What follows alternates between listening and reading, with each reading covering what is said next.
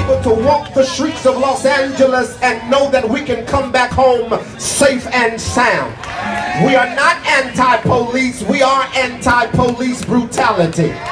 We are not racist, but we are against racial inequality. Say it loud!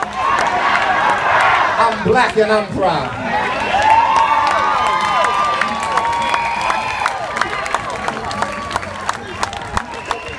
That's what leadership looks like. Let's give him a big hand. And I'm back. The program that we all tune in to hear is Front Page. And Front Page is hosted by none other than the legendary Dominique DePrima. Let's give her a big hand. Thank you, Dominique, for all that you do for this community in raising your voice and allowing our voices to be heard. KJLH is where we all need to be. No justice! No justice! No killer police! No killer police! In 1832, Frederick Douglass, who was born in the month of February, was asked by the enslaved Africans, Frederick Douglass, how much more will these people put on us? We're already enslaved. How much more will they put on us? And Frederick Douglass looked at the enslaved Africans and said, what they will put on you is the exact amount that you will allow. And that's the message for us today, African people. How much will we allow? As was said, we have specific demands. This is not a one-day event. This is not just a beautiful march. This is the rebuilding of the Black freedom movement. We demand our freedom, and we have some short-term and long-term demands. 3 short-term demands. The first one, the immediate firing of the officers who killed Ezell Ford. Immediate firing. This 25-year-old mentally disabled black man was shot in the back in August, a few days after Mike Brown. Mike Brown's case, unfortunately, we are still waiting.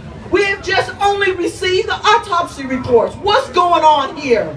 We demand the indictment, firing and indictment of those officers. Number 2, we want forward-facing cameras on every law enforcement officer. LAPD, sheriff, highway patrol, everybody, forward-facing camera. And if you forget to turn it on, if your dog eats it, if it somehow mysteriously breaks, we want you charged with obstruction of justice. Obstruction of justice, we don't accept that.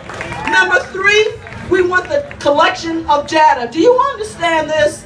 That we don't know, they don't keep any records. When they pull you over for no reason at all.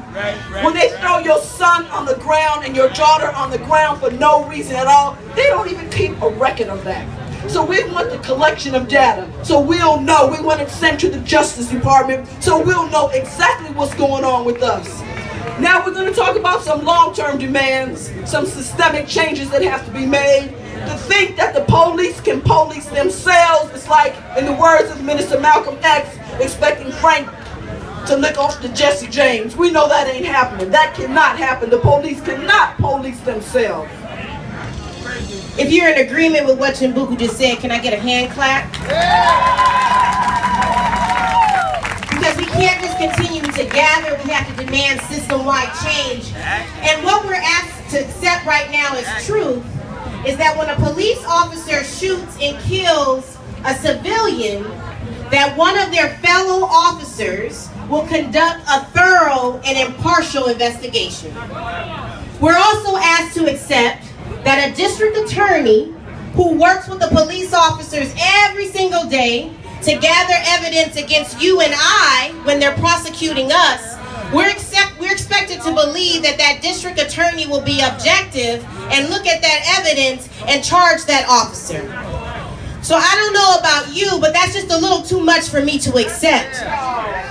And so we are calling for system change so that we don't have another Ezell Ford. We are calling upon our Attorney General, Kamala Harris, to establish a special unit, a unit that does both investigation as well as prosecution in cases when there are lethal force used by local police departments. We consider it a long-term demand, but we don't see it as a too far long-off demand.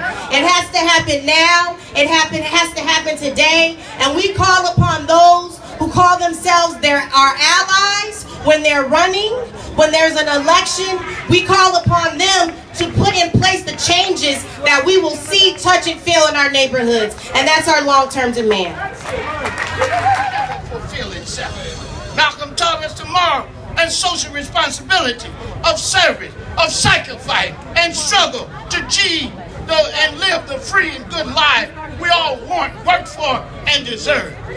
But it will not be given to us. We who would be free must strike the first, the final, and decisive blow. Malcolm taught us the evil and violence of racism, of imperialism, of materialism,